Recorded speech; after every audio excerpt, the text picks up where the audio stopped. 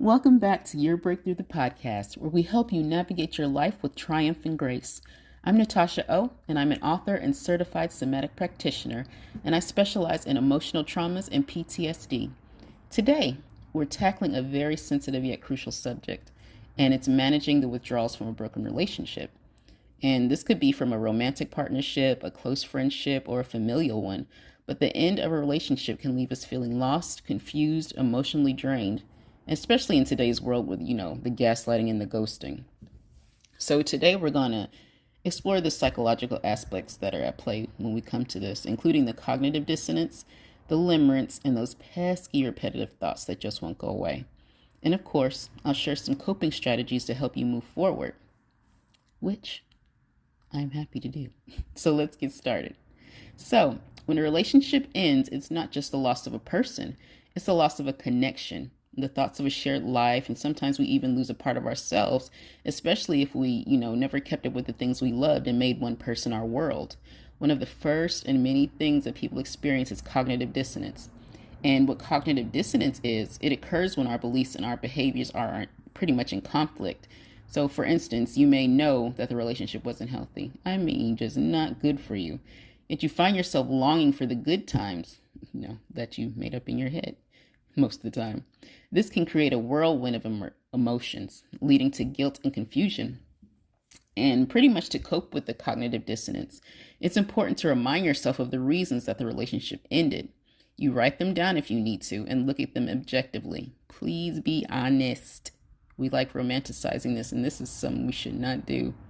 Remind yourself of the reality of that situation, and it can help align your thoughts with your feelings, and it will ease that internal conflict that you keep having. And it also helps to remind yourself about what you actually want from a relationship and use that as a future guide, because sometimes our boundaries and whatever we think we want go out the window when we just have that person in front of us. So next, we're going to talk about limerence. And you may have heard this term before. It describes the intense, overwhelming romantic attraction that often accompanies the early stages of a relationship. A lot of times, this is where gaslighting sneaks in. And I know y'all know what gaslighting is. But when that relationship ends, limerence can morph into a state of yearning and obsession. And you might find yourself replaying memories, imagining scenarios, fantasizing about a reunion. Ugh. And this can be exhausting and prevent you from moving forward. So to manage limerence, try pretty much what I said previously in the first section, but also create a memory jar or a memory journal, and you fill it with notes about the relationship's highs and lows. And like I said, be honest. Don't romanticize this. Don't make the person or memory better than what it was. Your experiences and feelings are valid and need to be freed. When you feel overwhelmed by longing, read a few of those notes. Read them. It'll remind you of the full picture, helping you to ground yourself in reality, which is what we need to stay in. And let's address those repetitive thoughts. That was one of my main things that used to plague me, and it could feel like a freaking never-ending cycle, unless you stop it yourself. You might find yourself stuck in a loop, constantly replaying conversations, their actions, analyzing what went wrong, or imagining what could have been, which, no. While this is completely normal, it is so crucial to break this cycle. So first off, as I always say, do not fear your thoughts. The pain and discomfort you feel is alerting you to what you need to work on and what boundaries you pretty much crossed with yourself. So 3 effective techniques that I like to use. The first one, of course, mindfulness meditation. I know the people that are with me or that I counsel, they like, oh, meditation, blah, blah. But just set aside a few minutes each day to sit quietly, focusing on your breath. When those repetitive thoughts arise, you acknowledge them without judgment, and then you gently direct the focus back to your breath. And over time, it can help you quiet the noise in your mind. And 2, which I love, the reverse affirm. As in when you remember the negative treatment, you train your mind to affirm what you deserve instead, such as you remember pretty much a lie that they told, and you feel that lie. You say to yourself, I deserve to have a relationship and be around people who communicate properly and tell me the truth. This can go with family, friends, whatever. If they don't return your text or pretend that they are too busy, I deserve and will have a person that makes me a priority in parts of their day or their week.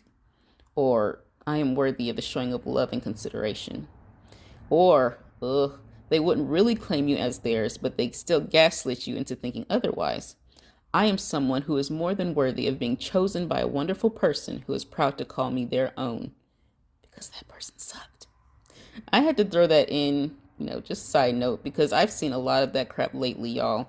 Please stop it. If you know good and well this amazing person you're bothering is not for you long term or at all, don't even want them. Seriously, you just want their energy? Leave them alone. And to all you lover girls and lover boys, please strengthen your intuition and self-love, because a lot of times this stuff shows up super early and you just ignore it. But anywho, I digress. Number 3, fists of anger. This is one of my favorite modalities besides EFT, and you can find a video of me doing it on my YouTube. You make 2 fists, you put them in front of you, and you're basically going back with your fists over your head, and you're huffing and you're puffing, you're breathing, you're probably crying, and it releases the stagnant energy, and it can make you cry, but like I said, 3 minutes minimum. I have a free release the BS somatic release challenge that shows me doing that, and a couple of other movements that I like doing for trapped energy. And if you want it, just comment challenge below, or you could just DM me. But as we wrap up today's episode, remember that healing from a broken relationship is a journey. It's okay to feel a mix of emotions: sadness, extreme sadness even, anger, relief, or even hope. But if you find that you're really struggling with these feelings, I want to invite you to take the next step in your healing journey. Consider joining me for a one-on-one coaching session where we can dive deeper into your unique situation and develop your personalized strategies for moving forward. That's what I love doing. You can reach out via text or email. We have one-on-ones, we have mindset courses, I have text coaching, whatever you want. But it's designed specifically to help you navigate through these challenging times and develop consistency in your life and in your thought processes, which is my specialty. But I thank you for tuning in to Your Breakthrough the podcast. And remember, you are not alone in this. Healing takes time, but with the right tools and support, you'll emerge stronger on the other side. And until next time, I love you guys. Take care and keep moving forward.